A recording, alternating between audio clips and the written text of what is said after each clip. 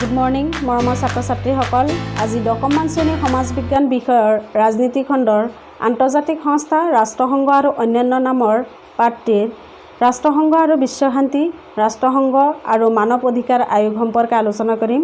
ইয়াৰ আগতে মই ৰাষ্ট্ৰসংঘৰ জন্ম বৃত্তান্ত, ৰাষ্ট্ৰসংঘৰ প্ৰধান উদ্দেশ্য, ৰাষ্ট্ৰসংঘৰ প্ৰধান অংগসমূহৰ বিষয়ে দুটা অনলাইন ক্লাছ আগবঢ়াইছোঁ।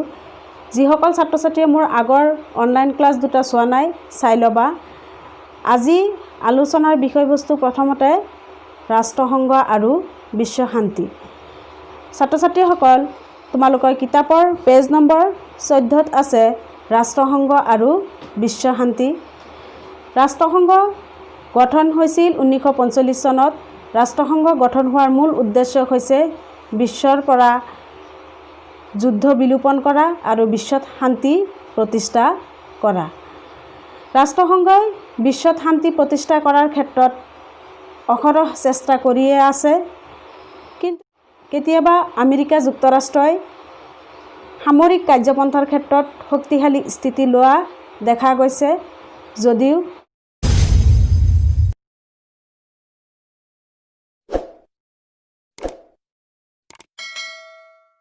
ৰাষ্ট্ৰসংঘই সুদীৰ্ঘ কাল ধৰি বিশ্বযুদ্ধৰ নিচিনা পৰিঘটনাৰ পৰা বিশ্বক ৰক্ষা কৰিবলৈ সফল হৈছে। বিশ্বত শান্তি প্ৰতিষ্ঠা কৰাৰ ক্ষেত্ৰত ৰাষ্ট্ৰসংঘই বিভিন্ন পদক্ষেপ, আয়োগ, চুক্তি কৰিছে। এই চুক্তিসমূহৰ বিষয়ে জানি লওঁ। প্ৰথমতে নিৰস্ত্ৰীকৰণ আয়োগ 1952 চন। এই নিৰস্ত্ৰীকৰণ আয়োগৰ জৰিয়তে বিশ্বযুদ্ধৰ পৰা প্ৰতিটো ৰাষ্ট্ৰক আঁতৰাই ৰখা। আংশিকভাৱে আণৱিক অস্ত্ৰৰ বিস্ফোৰণ নিষিদ্ধ চুক্তি 1963, বহি মহাকাশ চুক্তি 1967, পাৰমাণৱিক অস্ত্ৰ সংকোচন চুক্তি 1968, সমুদ্ৰতলী নিয়ন্ত্ৰণ চুক্তি 1971, SALT I, ইয়াতে SALT strategic arms limitation treaty চুক্তি 1972, SALT II চুক্তি 1979, পাৰমাণৱিক অস্ত্ৰৰ নিয়ন্ত্ৰণ চুক্তি 1993, START I strategic arms reduction treaty 1991, START II 1993, পাৰমাণৱিক অস্ত্ৰ পৰীক্ষা নিষিদ্ধ চুক্তি CTBT, কম্প্ৰিহেনচিভ টেষ্ট বান ট্ৰিটি 1996, প্ৰতিৰোধমূলক কূটনীতি নীতি 2007। ছাত্ৰ ছাত্ৰীসকল, এই যিবিলাক চুক্তি গ্ৰহণ কৰিছে, এই চুক্তিৰ জৰিয়তে কোনো ৰাষ্ট্ৰই যাতে নিজাকৈ অস্ত্ৰ শস্ত্ৰ ৰাখিব নোৱাৰে, নিজাকৈ পাৰমাণৱিক অস্ত্ৰ পৰীক্ষা কৰিব নোৱাৰে, সেই ক্ষেত্ৰত বাধা আৰোপ কৰিছে, নিষিদ্ধ আৰোপ কৰিছে।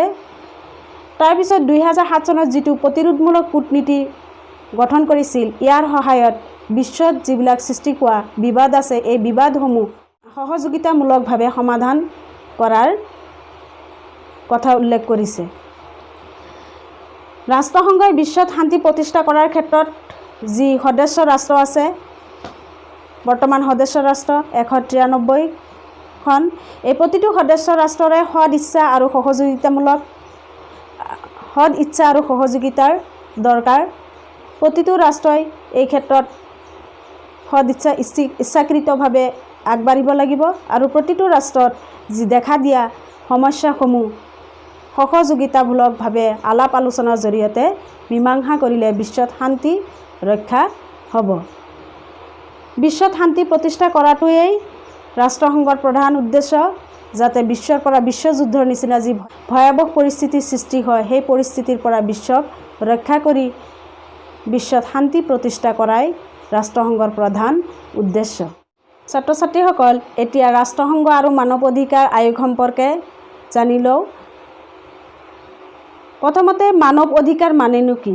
মানৱ অধিকাৰ হৈছে জীৱন, জীৱিকা আৰু মৰ্যাদাৰ অধিকাৰেই মানৱ অধিকাৰ। মানৱ অধিকাৰ ৰাষ্ট্ৰসংঘৰ মানৱ অধিকাৰ আয়োগ গঠন হৈছিল 1946 চনৰ 16 ফেব্ৰুৱাৰীত।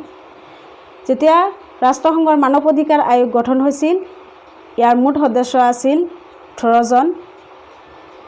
ৰাষ্ট্ৰসংঘৰ সাধাৰণ সভাই এই মানৱ অধিকাৰ আয়োগ 1948 চনৰ 10 ডিচেম্বৰ তাৰিখে 48খন সদস্য ৰাষ্ট্ৰৰ সমৰ্থনত মানৱ অধিকাৰ ঘোষণাপত্ৰ গ্ৰহণ কৰিছিল।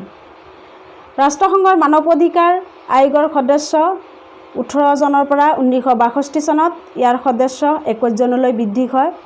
1990 চনত ইয়াৰ সদস্যৰ সংখ্যা 53 জনলৈ বৃদ্ধি হয় আৰু মানৱ অধিকাৰ আয়োগৰ প্ৰতিজন সদস্যৰ কাৰ্যকাল 3 বছৰ। ছাত্ৰ ছাত্ৰীসকল, ৰাষ্ট্ৰসংঘৰ প্ৰধান উদ্দেশ্য হৈছে বিশ্বৰ প্ৰতিজন নাগৰিকেই মানৱ অধিকাৰ আৰু মৌলিক অধিকাৰসমূহ উপভোগ কৰা। প্ৰতিজন ব্যক্তিয়ে যাতে নিজৰ অধিকাৰসমূহ উপভোগ কৰিব পাৰে আৰু মৰ্যাদা সম্পন্নভাৱে জীৱন নিৰ্বাহ কৰিব পাৰে। ৰাষ্ট্ৰসংঘৰ সাধাৰণ সভাই 1948 চনত মানৱ অধিকাৰ ঘোষণাপত্ৰ গ্ৰহণ কৰিছিল। এই ঘোষণাপত্ৰখনত মুঠ অনুচ্ছেদ আছিল 30টা। 1948 চনৰ 10 ডিচেম্বৰ তাৰিখে যি ঘোষণাপত্ৰ গ্ৰহণ কৰা হৈছিল, তেতিয়াৰ পৰাই 10 ডিচেম্বৰ তাৰিখটো মানৱ অধিকাৰ দিৱস হিচাপে পালন কৰা হয়, যাতে প্ৰতিজন ব্যক্তিয়েই বিশ্বত নিজৰ অধিকাৰসমূহ ভোগ কৰিব পাৰে। ৰাষ্ট্ৰসংঘৰ মানৱ অধিকাৰৰ যি ঘোষণাপত্ৰ আছে, এই ঘোষণাপত্ৰৰ 30টা অনুচ্ছেদত 2টা উদ্দেশ্যৰ কথা উল্লেখ আছে। প্ৰথমটো হ'ল বিশ্ব জনগণৰ বাবে প্ৰয়োজনীয় অধিকাৰসমূহ এই ঘোষণাপত্ৰত সন্নিৱিষ্ট হৈছে, যে বিশ্ব জনগণৰ প্ৰতিটো নাগৰিকৰে কি অধিকাৰসমূহ এই ঘোষণাপত্ৰত উল্লেখ কৰিছে। আৰু 2 নম্বৰ উদ্দেশ্যটো হ'ল এই ঘোষণাপত্ৰ উল্লেখিত অধিকাৰসমূহ সদস্য ৰাষ্ট্ৰসমূহে স্বীকৃতি দিছে, যে প্ৰতিটো সদস্য ৰাষ্ট্ৰই কি কৰিব, এই ঘোষণাপত্ৰত যি অধিকাৰ সন্নিৱিষ্ট কৰিছে এই অধিকাৰসমূহ স্বীকৃতি দিব আৰু প্ৰতিটো ৰাষ্ট্ৰৰ নাগৰিকে যাতে এই অধিকাৰসমূহ উপভোগ কৰিব পাৰে, তাৰ বাবে প্ৰতিটো ৰাষ্ট্ৰই ব্যৱস্থা কৰিব। আৰু প্ৰতিজন নাগৰিকে যদি এই অধিকাৰসমূহ উপভোগ কৰিব নোৱাৰে, তেতিয়াহ'লে বিশ্ব শান্তি সৃষ্টি হ'ব নোৱাৰে। ছাত্ৰ ছাত্ৰীসকল, ৰাষ্ট্ৰসংঘ আৰু বিশ্ব শান্তি, ৰাষ্ট্ৰসংঘ আৰু মানৱ অধিকাৰ আয়োগ সম্পৰ্কে যিখিনি আলোচনা কৰা হ'ল, নিশ্চয় তোমালোকে বুজি পাইছা। ছাত্ৰ ছাত্ৰীসকল, এতিয়া ভাৰতৰ ৰাষ্ট্ৰীয় মানৱ অধিকাৰ আয়োগ সম্পৰ্কে আলোচনা কৰোঁ আহা। 1993 চনত ভিয়েনাত ৰাষ্ট্ৰসংঘৰ প্ৰতিটো সদস্য ৰাষ্ট্ৰৰ মাজত এক বৈঠক হৈছিল। সেই বৈঠকত প্ৰতিটো সদস্য ৰাষ্ট্ৰৰে নিজাকৈ মানৱ অধিকাৰ আয়োগ গঠন কৰিবলৈ পৰামৰ্শ আগবঢ়াইছিল। সেই মৰ্মে ভাৰতবৰ্ষত 1993 চনত 28 ছেপ্টেম্বৰ তাৰিখে ৰাষ্ট্ৰপতিয়ে অধ্যাদেশ জাৰি কৰে আৰু সেই মৰ্মে 1993 চনৰ 12 অক্টোবৰ তাৰিখে ৰাষ্ট্ৰীয় মানৱ অধিকাৰ আয়োগ গঠন কৰা হয়। সেই একে বছৰতে অৰ্থাৎ 1993 চনৰ 18 ডিচেম্বৰ তাৰিখে অধ্যাদেশখন সংসদে গ্ৰহণ কৰে। আকৌ 1994 চনৰ 8 জানুৱাৰী তাৰিখে বিধেয়কখনে ৰাষ্ট্ৰপতিৰ অনুমোদন লাভ কৰি আইনত পৰিণত হয়, অৰ্থাৎ ৰাষ্ট্ৰপতিয়ে সাইন কৰে। এই আইনখনক মানৱ অধিকাৰ সুৰক্ষা আইন 1993 চন নামে জনা যায়। ৰাষ্ট্ৰীয় মানৱ অধিকাৰ আয়োগৰ সভাপতিজন ভাৰতৰ উচ্চতম ন্যায়ালয়ৰ প্ৰাক্তন মুখ্য ন্যায়াধীশ হ'ব লাগিব।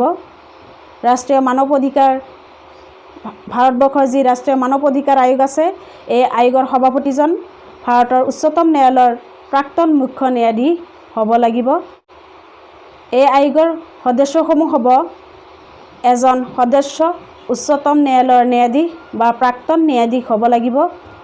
2 নম্বৰ, এজন সদস্য কোনো উচ্চ ন্যায়ালয়ৰ মুখ্য ন্যায়াধীশ বা প্ৰাক্তন মুখ্য ন্যায়াধীশ আৰু 2জন সদস্য মানৱ অধিকাৰ সম্পৰ্কীয় জ্ঞান আৰু অভিজ্ঞতা থকা ব্যক্তি। এই সকল ব্যক্তিয়ে ৰাষ্ট্ৰীয় মানৱ অধিকাৰ আয়োগৰ সদস্য হ'ব পাৰিব। ইয়াৰ উপৰিও ৰাষ্ট্ৰীয় সংখ্যালঘু আয়োগৰ সভাপতি, অনুসূচিত জাতি আৰু জনজাতি আয়োগৰ ৰাষ্ট্ৰীয় সভাপতি, মহিলা আয়োগৰ ৰাষ্ট্ৰীয় সভাপতি সদস্য হিচাপে থাকে। এই আয়োগৰ সদস্যসকলক ৰাষ্ট্ৰপতিয়ে 5 বছৰৰ কাৰ্যকালৰ বাবে নিযুক্তি দিয়ে। ৰাষ্ট্ৰীয় মানৱ অধিকাৰ আয়োগ আছে। এই আয়োগৰ সদস্যসকলক ৰাষ্ট্ৰপতিয়ে 5 বছৰৰ কাৰণে নিযুক্তি দিয়ে।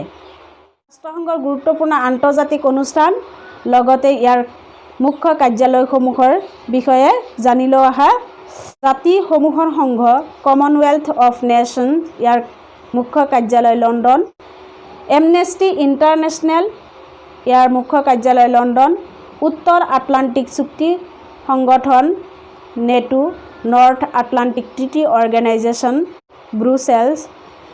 আন্তঃৰাষ্ট্ৰীয় নৱীকৰণযোগ্য শক্তি অভিকৰণ ইণ্টাৰনেশ্যনেল ৰিনিউৱেবল এনাৰ্জি এজেঞ্চি, ইয়াৰ মুখ্য কাৰ্যালয় সংযুক্ত আৰৱ এমিৰেটছ।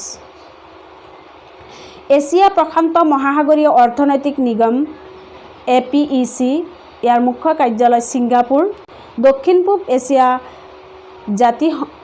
দক্ষিণ পূব এছীয় জাতিসমূহৰ সংস্থা ASEAN, ইয়াৰ মুখ্য কাৰ্যালয় জাকাৰ্টা। আন্তঃৰাষ্ট্ৰীয় ক্ৰিকেট পৰিষদ ICC, ইয়াৰ মুখ্য কাৰ্যালয় ডুবাই। আন্তঃৰাষ্ট্ৰীয় ফুটবল ফেডাৰেশ্যন FIFA, ইয়াৰ মুখ্য কাৰ্যালয় জুৰিক। বিশ্ব অৰ্থনৈতিক মঞ্চ ৱৰ্ল্ড ইকনমিক ফৰাম WEF, ইয়াৰ মুখ্য কাৰ্যালয় জেনেভা। আন্তঃৰাষ্ট্ৰীয় hockey federation international hockey federation, ইয়াৰ মুখ্য কাৰ্যালয় ছুইজাৰলেণ্ড। দক্ষিণ এছীয় আঞ্চলিক সহযোগিতা সংস্থা south Asian association for regional cooperation SAARC, ইয়াৰ মুখ্য কাৰ্যালয় কাঠমাণ্ডু। ছাত্ৰ ছাত্ৰীসকল, আজি যিখিনি আলোচনা কৰা হ'ল ৰাষ্ট্ৰসংঘ আৰু বিশ্বশান্তি, ৰাষ্ট্ৰসংঘ মানৱ অধিকাৰ আয়োগ, ভাৰতীয় মানৱ অধিকাৰ আয়োগ, ৰাষ্ট্ৰসংঘৰ গুৰুত্বপূৰ্ণ আন্তৰ্জাতিক অনুষ্ঠানসমূহ আৰু ইয়াৰ মুখ্য কাৰ্যালয়সমূহ নিশ্চয় তোমালোকে বুজি পাইছা। আৰু ইয়াৰ পৰা যিকোনো ধৰণৰ বহল উত্তৰৰ বা অতি চমু উত্তৰ বা চমু উত্তৰৰ যিকোনো কুৱেশ্যন আহিলে, যিকোনো প্ৰশ্ন আহিলে তোমালোকে কৰিব পাৰিবা বুলি আশা কৰিলোঁ। পাঠ আলোচনাৰ শেষলৈ চোৱাৰ বাবে সকলোলৈ আন্তৰিক ধন্যবাদ জনালোঁ।